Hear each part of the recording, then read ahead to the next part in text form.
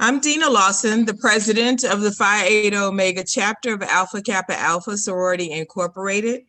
Alpha Kappa Alpha Sorority Incorporated is dedicated to implementing programs of service that enhance the social, economic, and educational well-being of the local, national, and international communities.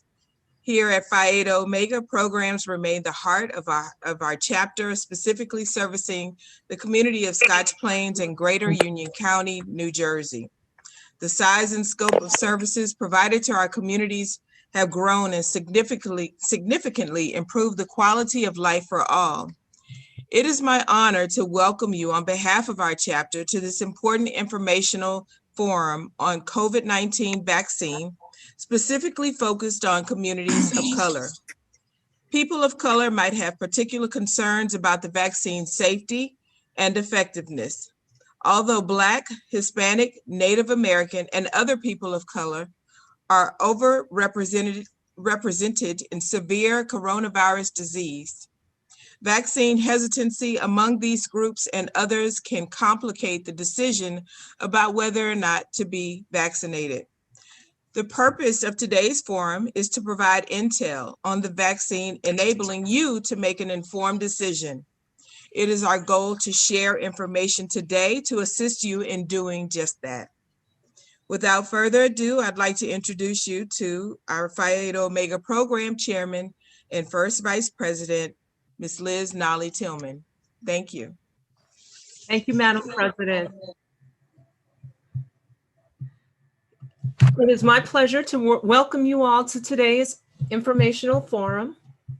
And as First Vice President and Program Chairman for Phi Eta Omega Chapter, I am responsible for leading our efforts to develop community service programming that is aligned with our international theme, exemplifying excellence through sustainable service.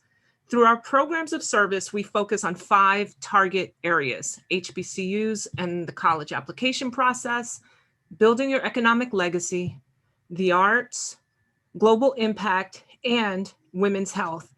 And today's program supports that target, which we call Target 2, which is our focus on women's health.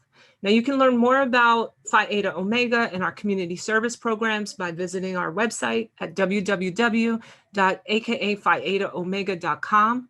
And before we begin, just a few housekeeping things. Please be sure to mute your lines. We only have an hour with our panelists today, and we have grouped your questions that you submitted when you registered. But if additional questions come up, please put them into the chat. And we have, like I said, we've grouped all of the questions that have come in when you registered into 4 key areas based on the questions we received. The first area is COVID-19's impact on communities of color, including disparities. The second is an overview of the COVID virus itself. The third, which will spend the bulk of our time, is on the vaccines related to COVID. And then finally, health maintenance and ongoing health care. So now, without any further ado, please let me introduce you to the chair of today's event and the leader of our Women's Health Subcommittee, Ms. Felicia Ellerby. She will moderate today's discussion and introduce you to the members of our Women's Health team. So, Felicia. Hi, good morning, everyone. Thank you for joining us today for this very important and informative information forum. We will now have our introduction of our panelists by the following Target 2 team members. In this order, they will come to you. Sora Lindsay Hamlin, Sonia Williams, Lawana Taylor, and then myself. Ladies. Dr. Carol Brown is Senior Vice President and Chief Health Equity Officer at Memorial Sloan Kettering Cancer Center. Dr. Brown is also a board certified and attending surgeon, who for more than 2 decades has used her surgical expertise to provide high quality and compassionate care to women with ovarian, uterine, cervical, and vulvar cancer at MSK. In addition to treating women with cancer, Dr. Brown has focused her career on the reduction and elimination of cancer health disparities experienced by medically underserved populations, including implementing programs to increase access to clinical trials in those communities. She was recently named the inaugural incumbent of the Nichols Biondi Chair for Health Equity, a permanently endowed chair dedicated to improving outcomes for patients from medically underserved communities and building a base of knowledge to facilitate health equity for people with cancer worldwide. An endowed chair represents one of the highest honors Memorial Sloan Kettering bestows on its most talented faculty, and the Nichols Biondi Chair in particular reflects MSK's commitment to expanding patient access to cancer care and supporting ongoing research aimed at reducing cancer disparities that stem from racial, ethnic, cultural, or socioeconomic barriers. Serving as MSK's first Chief Health Equity Officer, Dr. Brown plays a critical role in helping MSK build a diverse and equitable clinical, educational, and research enterprise by helping to recruit, train, and provide opportunities to research and medical trainees from underrepresented groups. In her time at MSK, she has established her career development programs for high school, undergraduate, and graduate medical students in which hundreds of underrepresented minority students have participated. Dr. Brown was the first Black woman to serve as the president of the Society of Gynecologic Oncology and is a member of its Diversity and Inclusion Committee, has served as co-chair of the NRG Oncology Health Disparities Committee, and was a member of the Biden Cancer Initiative Board of Directors. In 2017, she was awarded the AACR Minorities in Cancer Research Jane Cook Wright Memorial Lectureship, which recognizes an outstanding scientist who has made meritorious contributions to the field of cancer research and furthered the advancement of minority investigators. Hello, everyone. Dr. Harry E. Taylor was born and raised in New Jersey. He graduated with a BS in biology from Morehouse College in Atlanta, Georgia. Thereafter, he enrolled at Johns Hopkins School of Medicine in Baltimore, Maryland, where he earned his PhD in molecular biology and genetics with an emphasis in immunology. During his postdoctoral studies, he initiated studies on the role of metabolism in HIV/AIDS. He has held faculty positions at Vanderbilt University School of Medicine and Northwestern University Feinberg School of Medicine. He is currently on the faculty at SUNY Upstate Medical University in Syracuse, New York, where his lab continues to advance our understanding in the interplay between metabolism, immunity, and viral infections, including AIDS and COVID-19. His research efforts are aimed at informing therapeutic strategies with the ultimate goal of reducing viral transmission in high-risk populations and ameliorating the burden of these infectious diseases in communities of color. That is Dr. Harry Taylor. Thank you. Dr. Esther Babadi, PhD, is the Director of the Clinical Microbiology Service, the Director of CPEP Clinical Microbiology Fellowship Program, an attending microbiologist and member in the Departments of Laboratory Medicine at Memorial Sloan Kettering Cancer Center. She received her PhD in biochemistry and molecular biology and completed a postdoctoral at CPEP Fellowship in Clinical Microbiology, both at the Mayo Clinic in Rochester, Minnesota. She is board certified by the American Board of Medical Microbiology and holds leadership positions in the American Society for Microbiology, the Association of Molecular Pathology, and the Pan-American Society for Clinical Virology.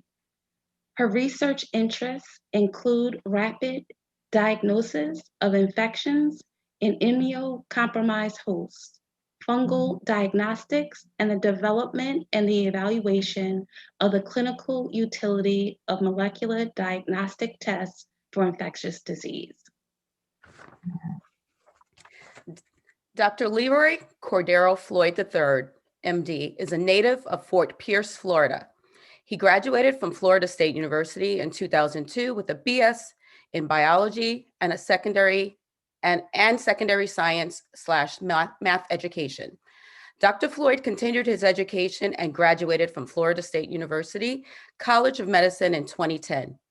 He completed internal medicine residency and chief year at the University of Medicine and Dentistry of New Jersey and New Jersey Medical School, now known as Rutgers New Jersey Medical School in Newark. Dr. Floyd is a board certified internist and is currently the medical director of hospitalist services for Garnet Health Systems in Middletown, New York. He also serves as the vice chair of the Department of Medicine at Garnet Health. Dr. Floyd serves as the chair of the Physician Advisory Council for Garnet Health Doctors. Dr. Floyd is an adjunct clinical professor at Touro College of Osteopathic Medicine, the Middletown campus, and he's a member of multiple medical professional societies. As well, he's a member of Phi Alpha Fraternity Incorporated. So Dr. Brown, what has been your perspective treating cancer patients over this last year? Well, good morning, everyone. So happy to be here with you today. And I think Sor Ellerby knows this as well. Our center is specifically for cancer. That's really all that we do. And it was really, really challenging, particularly last year during the early and late spring, because our mission was to continue to provide care, screening and treatment for our cancer patients.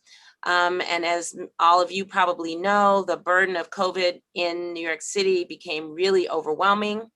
But we were very fortunate because we were able to continue to provide critical care for particularly our patients who were getting chemotherapy for things like leukemia and lymphoma, undergoing bone marrow transplants. But we also saw, unfortunately, that people with cancer, because their immune systems are suppressed, really suffered a lot more from COVID than other people. And also we found that people of color who had cancer were doing worse with COVID than white patients with cancer. And so we became aware early on, as most practitioners did in the New York tri-state area, that this pandemic was really especially devastating for people of color, including those with cancer. Thank you so much. So Dr. Floyd, I think you're back with us now. Can you hear me now? Yes, we can hear you now. Okay. Good morning, everybody. I just wanted to say thank you to Dina Lawson and the rest of the chapter for inviting me this morning. I'm a hospitalist located in Middletown, New York, about 60 miles outside of the city. COVID was very devastating at our institution. We're coming up basically on our 1-year anniversary, the months of March, April, and May of 2020. We saw a lot of patients. We saw a lot of patients that didn't make it. The bulk of our patients, COVID positive patients, I would say we had a lot of people of color, African American and Hispanic, some Asians and Indians as well as Caucasian Americans in our facilities. What I noticed as a hospitalist was that our patients of color came in a lot sicker and required a lot more advanced treatments, and they were going on the vents at a earlier rate than our counterparts, and didn't have as high of a survival rate compared to our counterparts as well. That's interesting, Dr. Floyd. We're going to now introduce Dr. Babadi and Dr. Taylor to talk to us a little bit about the SARS-CoV-2 virus, about how the new virus strains and variants are out there in the community and what our concerns should be around those. So first, Dr. Esther Babadi. Good morning, everyone, and thank you again to the organizing committee for the invitation to participate today. It's really a pleasure and an honor. Before I start talking about the virus itself, I just wanted to give you some background about viral infection in general, right? So when we first started hearing about this new coronavirus, that was in December of 2019. And at first we weren't too worried about it because regular cold that people get are caused by coronavirus. So honestly, my first reaction was, well, this is another coronavirus. And currently we were testing, or at the time we were testing for 4 different coronavirus, at least at Sloan Kettering. So it took us a couple of weeks to realize that this was going to be something much more severe. But again, at the beginning, we figured that the Department of Health, the CDC, was going to be taking care of that. In my introduction, it was mentioned that my job at Sloan Kettering is to develop testing. Once we realized that coronavirus was going to be a bigger deal than initially thought, we had to start thinking about how that was going to happen and how we were going to develop this test. So to talk about coronavirus, then we had to look at what this virus is. As I mentioned a few minutes ago, we already had some experience testing other coronavirus that just caused the common cold. So we looked at the structure of that virus, and it's very similar to one of these viruses. It's what's called an RNA virus. So the genome of it is something that is common to other viruses. And we were then able to look at it and understand how to develop a test for this virus. The coronavirus was then different from the other in the fact that it was able to really replicate and infect much faster than the other coronavirus. And because there was no immunity in the population, I think the virus was then able to spread relatively fast. So we had to develop a test and then start detecting this. But by the time the tests were available, as many of you realized, the virus had already spread quite heavily, at least in New York City. We were one of the first epicenter for that. And as I mentioned, the virus has been replicating, and like other viruses do that are similar to this virus, it changes a bit. And this is what we're not hearing about this variant, right?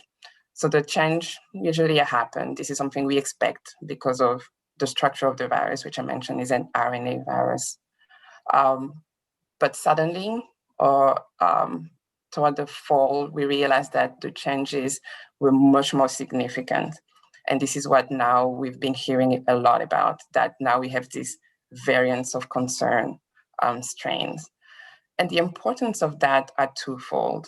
One is, are we still able to detect this virus now that it's changing a bit more using the method that we developed in the spring? And we are, so we've determined that we can still do that. But more importantly for this conversation is, are these changes enabling the virus to escape the vaccines once you get vaccinated? Are you still protected if you get infected by this? And this is something that many people are looking into.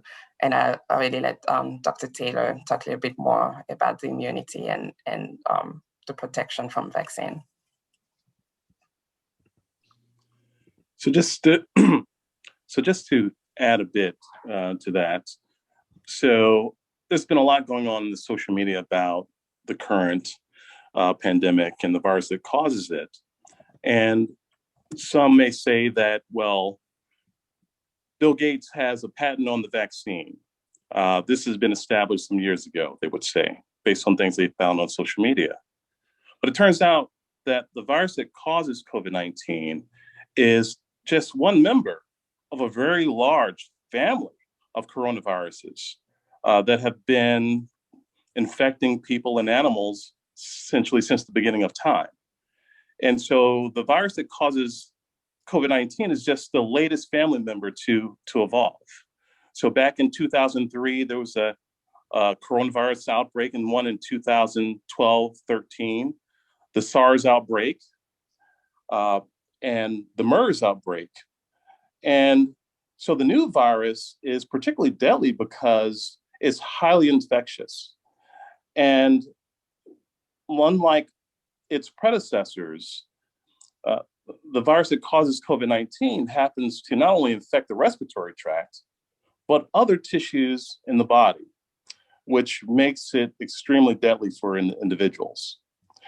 And so one major thing is that we've made remarkable success, and I guess we'll get into this in some of the later parts of our discussion, and that we are able to build immunity against these viruses with the help of vaccines.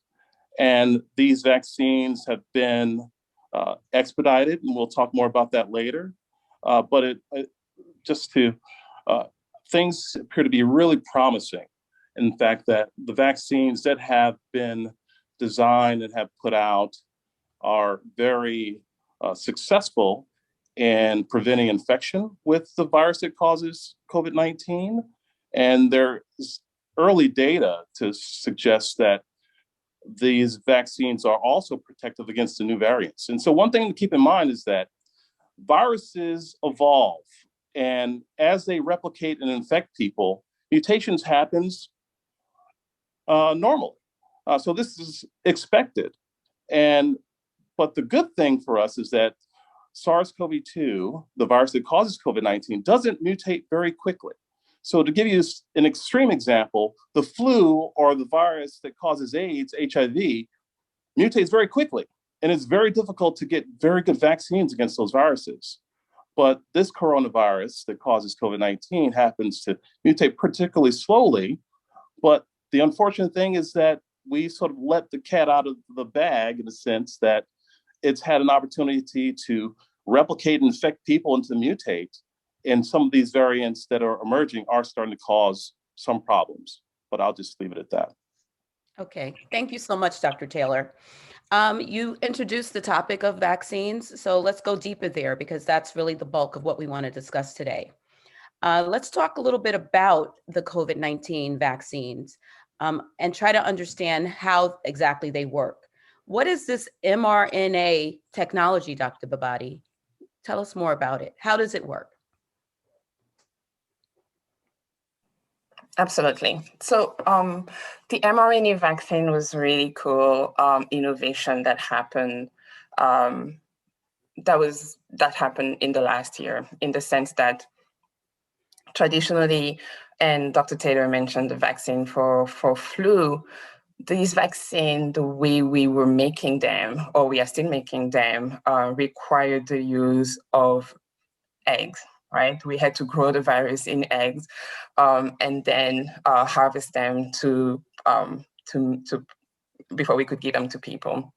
With the mRNA vaccine, what scientists did was that they took a step in the replication process. So let's just maybe take a step back. If you think about molecular biology, the information that goes from your DNA to make a protein, the mRNA is sort of the middle part of that. So you have your DNA, and I think everyone's sort of familiar with that. Your DNA gets transcribed into an mRNA. So that's a message. That's what the M stands for. And that message contains the information to make a protein. And that protein is what your immune system would recognize. So when you get infected with a virus, the virus DNA becomes mRNA, and then mRNA makes protein. Your body immune system recognizes that protein and then knows that next time it sees this protein again, it should attack it and make sure that you don't get sick, in simple terms. So what scientists did, instead of giving you a virus, which is maybe what they would do with flu, they decided to just use that piece of information, the middle piece that contained the information for the body to make the mRNA, to make the protein. So by giving you the mRNA, they really are giving your immune system or your body to make the protein, just that little protein, not the entire virus, for your body to recognize that and for the immune system to know that this is a foreign piece. And then next time it sees it, if the virus attack, it can protect you against it. And when I say this was really cool, is the fact that, this is science that had been going on for a while. So it's not that we invented the mRNA virus in 2020, but they were able to really switch from focusing on, let's say, MERS, and I think Dr. Taylor mentioned that. So previous virus that they were really focusing on, MERS or Ebola, they had already started developing mRNA virus for that, but they were able to then, instead of focusing on those viruses, now use this information and this methodology that they had already optimized and start focusing on COVID-19 or SARS-CoV-2, the virus. And it took them a year to really get this virus done, do the clinical trial, and make sure that it was not only safe, but also efficient at preventing both moderate and severe disease. And that's pretty amazing. And it took a lot of coordination from scientists, industry, and the government to make that happen. And it is one of those amazing feat that, in spite of everything else that's been happening in the pandemic, that we were able to take a new technology, a proven technology in the sense that it had been used for other viruses, and apply it to this. And so that's what the mRNA virus really does. It sort of like give the body a piece of that information to quickly make antibody against the COVID-19 virus. And as mentioned, it's not the entire virus. It's really making antibody against what's called the spike. And the spike is one of those proteins at the surface of the virus that binds to your cells and let the virus in. So by making antibody to that spike protein, you're helping with preventing infection and transmission, hopefully, and definitely preventing severe disease, which is really what we want to do. Thank you, Dr. Abadi. So Dr. Taylor, I've heard that there's something in the vaccine that will change my DNA, or I've heard that the vaccine will give me COVID-19. Could you tell me, is that true? Absolutely not. There is a well-financed anti-vaccine movement that's been going on for some while. And there is a sea of misinformation that's spewing throughout social media. And so, as Dr. Esther mentioned, the vaccine is an RNA vaccine, a messenger RNA vaccine. And so let's demystify that a bit.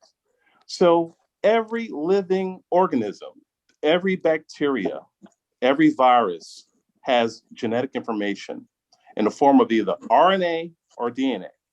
So every cell in our body has DNA, and the DNA is essentially, it's an encyclopedia of instructions that allows every cell in your body to make the proteins that it needs to function or to make you. So that DNA, if you take, if it represents an encyclopedia, the RNA represents maybe a page out of that encyclopedia with specific instructions for a specific protein or a specific function. And so when we talk about the RNA vaccine for COVID-19, that page represents the instructions to make one particular protein from the virus, the spike protein. And this protein, as Dr. Esther mentioned, is very important for the virus to attach and to infect our cells. And so once this RNA is introduced in the form of vaccine, it provides instructions to the cells in our body to make the spike protein. And this spike protein is a foreign protein which we're going to essentially mount an effective immune response against. Our body will make antibodies against it.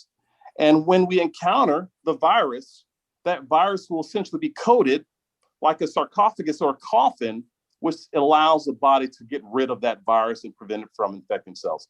And so that RNA, as it's introduced as part of the vaccine, cannot go back and make DNA and become part of our genome. So that's an impossibility. We do not have the capacity in our body to turn that messenger RNA into DNA. And the other thing to keep in mind is that the RNA degrades over time. It breaks down. It doesn't have a long lifetime. And so after the vaccination occurs, that vaccine's RNA eventually breaks down and it doesn't persist. And so to answer your question, It does not become part of our DNA. It doesn't persist. Okay. And can I get COVID-19 from the vaccine? So as Dr. Esther also pointed out earlier, the vaccine encodes, or the messenger RNA provides instructions for just the spike protein. In order for this virus to infect you, it needs a dozen proteins. And so that is just not provided as part of the vaccine therapy. And so, no, it does not give you COVID-19 because it only gives you one protein that doesn't allow a virus to form. Okay, thank you for that. We're going to come back and talk a little bit more on the vaccines. There's so much that we could cover. Our time is limited, but we're going to try to get in as much as possible.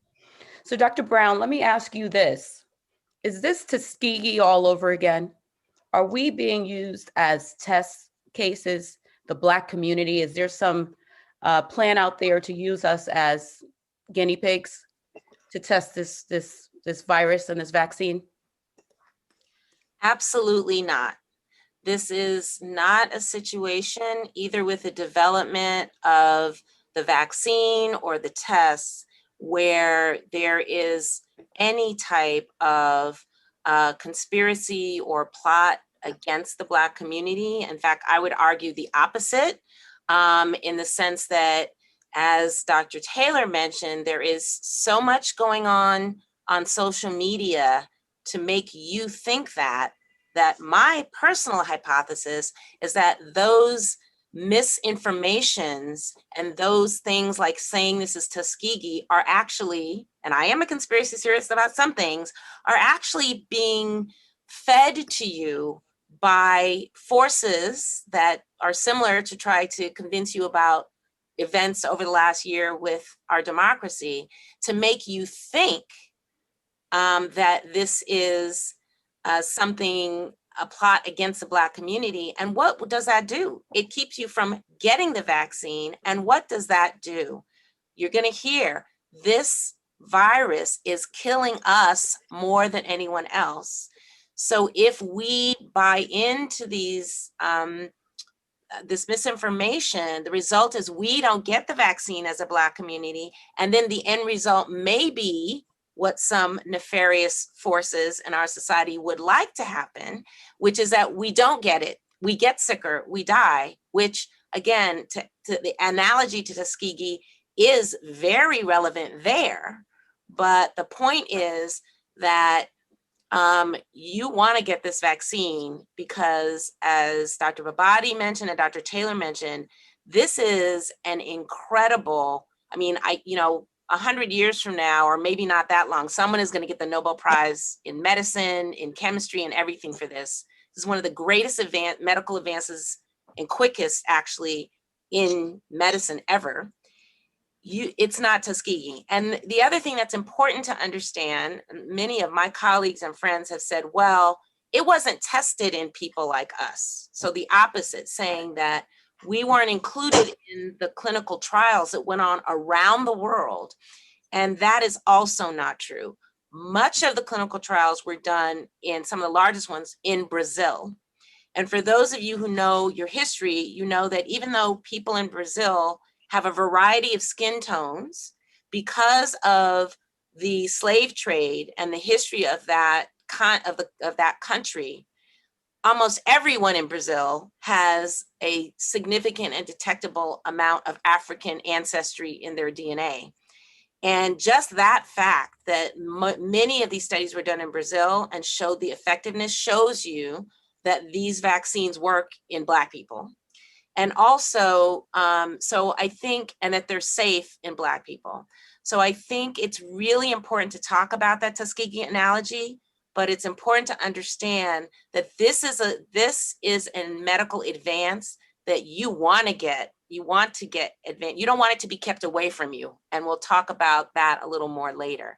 You want to take advantage of this. Thank you, Dr. Brown. Like I said, there's so much that we could cover about the COVID-19 vaccines, but back to Dr. Babadi and Dr. Taylor. How many are out there right now, and can I choose the one that I want? Can you tell me a little bit as well as what's in the pipeline and what's coming on these vaccines?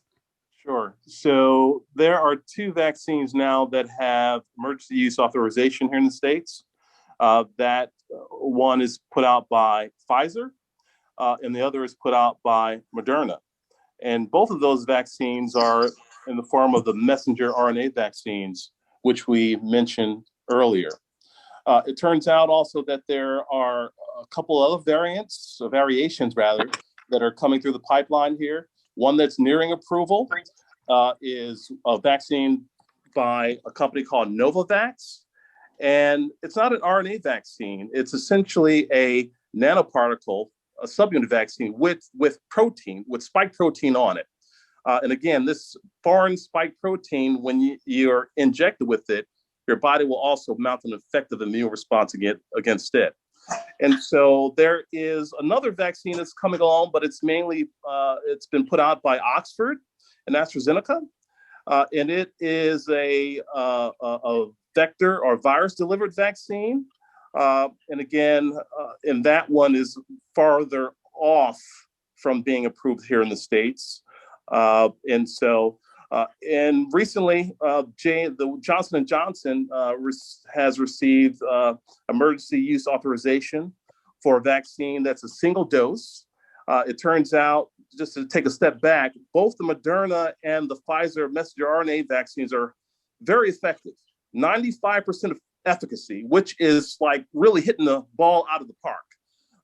And in clinical trials with over 30,000 people in each case, they essentially eliminated severe COVID in all cases, which is pretty remarkable. The Johnson & Johnson vaccine was less efficacious. We're talking 70 somewhat % effective. And so I said all that to say, at this point, the vaccines are limited in quantity.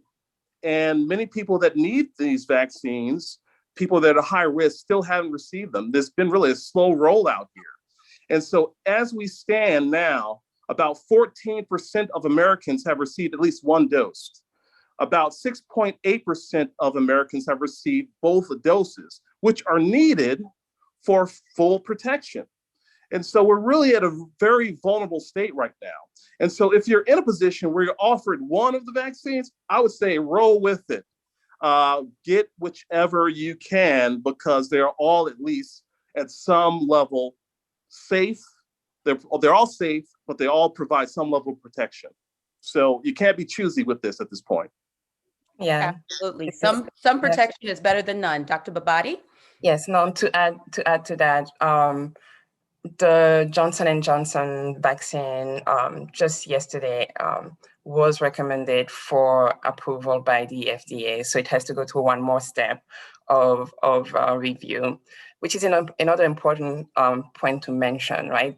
The manufacturer makes this vaccine, but that independent body that review all of that data to make sure that the endpoints of preventing severe disease or death are really met, and what they and that data makes sense. And they make those recommendations to the CDC, and the CDC make recommendation to the FDA. So all of these vaccines are going through a lot of level of external review that are independent of the manufacturer itself. The other thing to mention about the Johnson & Johnson vaccine is that it is a one-dose, single-dose vaccine compared to like the mRNA. So maybe this is something others have mentioned that, or those who have had the vaccine know. With the mRNA, we do 2 doses, right? You do 1 dose, and then 4 to 6 weeks later, you have to take a second dose. And that's been part of the challenge, even for those who really want to have the vaccine, that having to schedule these 2 may be a challenge. The other thing with the mRNA vaccine were the temperature at which they had to be stored. So there was a lot of operational issues, in addition to the fact that we didn't have too many of them, that really made it a challenge for communities of colors and others to really have access to that. And one thing that Dr. Brown and many other people, even at MSK, are really working hard to make the vaccine more accessible. The advent of the Johnson, I think, is really cool because it gets stored in a refrigerator at a regular temperature, which most places have. and it's a single dose. So once you get that, you don't have to schedule another time to come back. And even though it's only 66 to 70% efficient, some protection is better than other. And when you think about those variants that we've talked a little bit about, some of them may reduce the efficacy of the vaccine. Again, encouraging everyone to get the vaccine before the variant become the dominant things, right? So we are in a race essentially between, how quickly those variants can spread and how quickly you can vaccinate people. So if you get offered any of these vaccines, we would absolutely encourage people to take them. 2 dose, 1 dose, get some protection before, so that we can go back to our regular life, so to speak. Thank you so much. I mean, like I said, there's so much we could cover. We don't have a ton of time. I have to say, I worked the MSK vaccine clinic yesterday for 12 hours. Oh, wow. We vaccinated 884 people, and I can count on 2 hands the people that looked like me. So I really want my community to hear this information and get these vaccines, because honestly, we're going to be left behind otherwise. Can I add one thing? Yes. One thing. So representation in this whole process is important. And so many people don't realize that Black folk have been involved in the process of vaccine development from the beginning. Yes. So you have one, Kizzy Corbett, who's a scientist at the NIH, was intimately involved in the design and of the Moderna messenger RNA vaccine. And my old mentor, Dr. James Hildreth, who's currently the president of Meharry Medical College, which is an HBCU medical college in Nashville, he is on the FDA panel for approval for these vaccines. And he's been a staunch supporter of supporting our communities from the very beginning of his training. So that's really important for us to realize that there are people behind the scenes, at least, that look like us that are involved in the process. So I just wanted to add that. Thank you, Dr. Taylor. Thank you for adding that. So Dr. Floyd, tell me, if I've already had COVID-19, or if I've been tested and I, maybe was asymptomatic and I have the antibodies, is this something I should still do? Is there any concern about having chronic diseases such as diabetes or heart disease or even autoimmune diseases and me getting this vaccine? Yes, you should get the vaccine. I think Dr. Taylor and Dr. Babadi have done an excellent job explaining what messenger RNA vaccines are, and that people of color have been involved from the very beginning in its development. Anecdotally, I don't have any data in front of me, but we've had, in my particular department, we had 3 people develop COVID. They obviously had antibodies. We've tested them again, and those particular antibodies weren't present. Now, there could be some discussion on the testing of trying to capture the antibodies in our bloodstream. But the bottom line is this: if you are able to get a vaccine, whether you've had COVID or not, whether you've had antibodies, I'm recommending that you do get a vaccine. If you have chronic health conditions, obviously you should be talking to your primary care provider about risks versus benefits. It's really depends on what actually is going on with you. We do have patients that have had a history of cancer, or they have lupus and they're on steroids. And yes, we are still vaccinating those patients. So yes, if you have chronic health conditions, you're also in certain instances more at risk for catching COVID. So that in itself should prompt you or your primary care physician to instruct you or help you make a decision about getting the vaccine. Thank you. I would just like to add to that as well. So the way to think about it is, if you have a chronic condition that suppresses your immune system in general, you need to think about that as being an extra risk for you. So if you have lupus, if you've had a bone marrow transplant, if you had multiple myeloma, you're at higher risk, really high risk. So it is really critical that you get vaccinated. And if you're going through treatment for those conditions, as Dr. Floyd mentioned, there are very few treatments for those conditions that would disqualify you. Right. I can tell you in terms of the cancer spectrum, there's only one very, very tiny group of cancer patients getting a very specialized treatment that can't get the vaccine because of the treatment. So really echo what Dr. Floyd said. If you have any type of chronic condition, please get the vaccine as soon as possible. And I think some of the hesitation for those that I've come into contact when I work our vaccine clinic here at the hospital, who feel like they're immunocompromised, is that, oh, I don't want to catch COVID from the vaccine. So I think Dr. Babadi and Dr. Taylor have made it very clear that you're not going to catch COVID from the messenger RNA vaccine, which means that even if you're immunocompromised, yes, you should still be taking this because it's not a live vaccine. It's just the messenger RNA that we're delivering so that your own body will make antibodies. Thank you so much.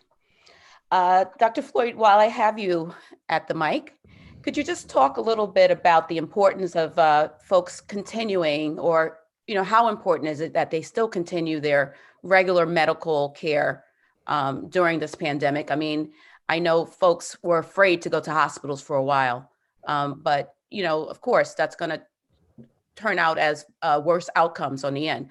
So could you talk a little bit about that? That was a very big problem, I would say, basically a year ago, where patients were afraid to come back to the hospital. But I can pretty much guarantee most hospitals in America have put in policies and procedures on treating COVID patients, cleaning rooms effectively so that the transmission, I'm very fortunate at my particular institution that we never ran out of PPE or personal protective equipment, so that I can go in and actually treat my patients that are COVID positive and those that aren't COVID positive, and not worry about infecting those that aren't. If you have chronic conditions or you're not feeling well, you should see your doctor, right? You should seek treatment. You should not try to take care of things at home that really are more advanced than a common cold. It's important to remain as healthy as possible, to practice social distancing, washing your hands, making sure that you're not in crowded spaces. We're still seeing that people are having gatherings, and a week or two later, several of the people are coming into the hospital sick. And when we do our quote unquote contact tracing and think back, well, how do you think you received it? Oh, well, so-and-so had a birthday party and it was only, 10 of us. And well, 3 of them are now in the hospital with COVID. So keeping yourself as healthy as possible during this time is essential. So continue to see your doctor and seek treatment. Thank you. And Dr. Brown, could you talk from a preventative care or health maintenance standpoint as far as receiving your annual screenings? We did also get one additional question, that if you could address that while you're at the mic as well, about breast cancer patients, and perhaps when should they schedule their annual screenings versus getting the vaccines, because some women are experiencing some tender underarm or enlarged lymph nodes. I actually experienced that after my second dose as well. Could you just touch on that a little bit, Dr. Brown? Sure. I think the important message that Dr. Floyd already addressed is that if you're not feeling well, you should see your doctor. And I think that goes even more if you have a chronic condition like diabetes, high blood pressure, heart disease, kidney disease. Don't wait to see your doctor.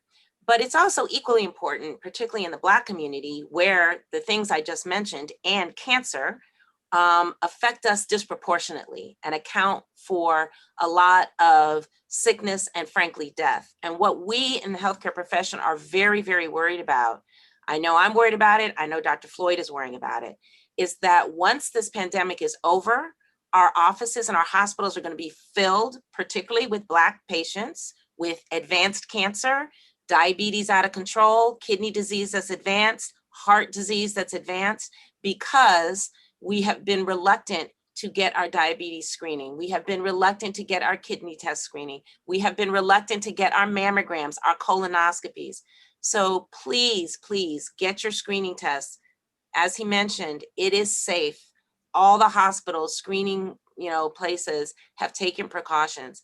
So it's really, really important because we are now going to face, we think, an epidemic of advanced cancer, advanced diabetes, advanced heart disease in our community. And, I don't think there's going to be a national focus on that except among us. So please, please get your screenings. I do think my message would be, I would not recommend that. I mean, if you're having the opportunity to control when you're scheduling your screenings, because of possible a lot of soreness in your arm and maybe some swelling under your arm, you might want to schedule your mammogram specifically at a time either before your second dose or at least a couple weeks afterwards. But I think the importance of getting your screenings done kind of outweighs that because that's a pretty rare thing. But the most important thing is if you are getting your mammogram, make sure you tell the provider when you had the vaccine. Okay, thank you so much for touching on that. We did get some questions in the chat.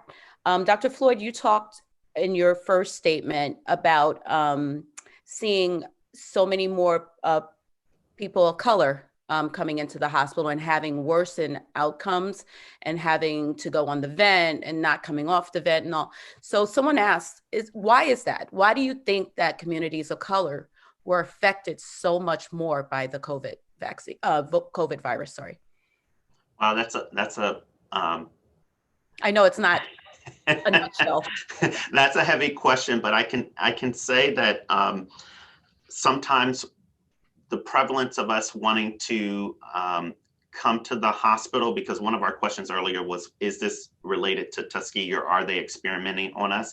I think that concern is still prevalent in our community, and sometimes we delay our health maintenance to a point where by the time we come in, we're very sick for whatever that condition is. And so when you take that into account and you add COVID into the situation where people were already starting to see the numbers of COVID infected individuals rise, they were apprehensive to come in. So when they would come in, they were already requiring high level interventions. And so I think that's one of the many reasons why we saw patients de-escalate so quickly, requiring intubation. And at the time, just like with the vaccine, a lot of the development, a lot of the science was already there, but they were able to ramp up in order to produce something. When it first hit the world and we saw a large outbreak in Italy, the management of what we did in interventions has changed so far from last year to this year, where we were rushing a lot of patients into the cath lab because we were seeing a lot of clots in there, or we presumed they were having heart attacks and took them to the cath lab. We saw that we were putting them on intubating them a lot faster, and all of that has kind of changed. So I think we're not seeing that decline so much. We do still have patients that de-escalate and we have to put them on vents, but the percentage of that is not as high as it used to. We have medications that we're now seeing are helping in the management of COVID patients. We understand the use of steroids now. We understand the use of anticoagulants or blood thinners now, and we're able to protocolize our treatments. And so we're seeing a much better response so that people are able to go home at the end of their hospitalization. Thank you so much. Hour really went by quickly. Before we wrap up and I go back to Liz Nolly Tillman, I'm going to go around to each of our panelists and just ask you to give a brief, just a summary of like what you'd like our community to know from this information that we've given them today. I'm going to start with Dr. Brown and then followed by Dr. Babadi, Dr. Taylor, and then Dr. Floyd. You can close it out. Dr. Brown? So I would just say, you're from this panel and think about what Dr. Taylor told you, that people of color have been involved in this from the beginning. I thought that was a really important message, and mentioning Kizzy Corbett. So when you're worried about whether this is some experiment, is something crazy, you really, if you see us telling you this and you listen to what we're saying and recognize that members of our community have been involved from the beginning and have been making sure it's safe, that this is something that you want to take advantage of if you get the access. Dr. Taylor. Yeah, I would just really like to underscore the fact of don't rely on social media as your primary source of information. Seek out a reliable source. Bill Gates is not trying to conquer the world and microchip you. There are easier ways to track you than by providing microchips and a vaccine. So just seek out information from reliable sources, and I'll just leave it there. Thank you. Dr. Esther? Yeah, I just wanted to re-emphasize what my colleagues have said. One thing we didn't discuss is that I think most of us on the panel have already had the vaccine, and we took that because we had that knowledge and we understood how this was going to protect us. In addition to the fact that maybe Black and brown people were coming in the hospital much later in the disease, I think one of the things that has been clear during the pandemic is that it also had a socioeconomic challenge to it, right? So many of people in academia were able to quarantine and not get exposed to that. But unfortunately, a lot of brown and Black people have jobs that, they require them to be on site and get exposed. So because of that, I would really encourage everyone to hear what we talked about today. And if you get a chance to get any of the vaccine that are available, please take that to protect yourself and protect your family and protect your community. I know there's a lot of things on social media, and we didn't really go over all of the possible reasons people may be hesitant. But if anybody else has other questions that we were not able to address, I would be more than happy to get the question from Felicia maybe and follow up with them. Thank you so much. I think my colleagues summed everything up pretty well, but I'll just say that I received the Pfizer vaccine back in January. My 70-plus-year-old mother has received her vaccine and she's doing well. So what I would take is, I would just reiterate, whatever vaccine is available, if it is available, it has already gone through Dr. Taylor, Dr. Babadi's hands, and it is safe, okay? To take it and take the information that you learned today. Hopefully we've dispelled some myths and share it with the people that are close to you. I think that's what's gonna make the difference in our community, is that we educate ourselves and spread that knowledge. Thank you all so much. I tell you, this topic, we could really go on and on and on, but our time is limited.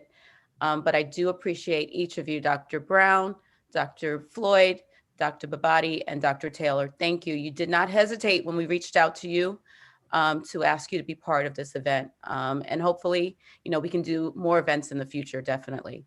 I'm gonna turn it right back into the hands of Liz Nolly-Tillman, our Vice President, Phi Eta Omega Chapter. Thank you, Sor Felicia. I just have a couple of very quick parting thoughts. One is I want to thank all of our panelists. As Felicia said, when we put the call out for help, you all more than rose to the occasion. I have to give Dr. Taylor a special shout out because he's a childhood friend of my husband's, and his wife is a member of our illustrious sisterhood. So, and I just want to thank all of our panelists for taking time out. I know Dr. Floyd is actually on call today. He's working today, but he took time to be here with us and share life-saving information with all of us today. This recording, this event was recorded, and we are going to post it on our social media platforms for replay and sharing.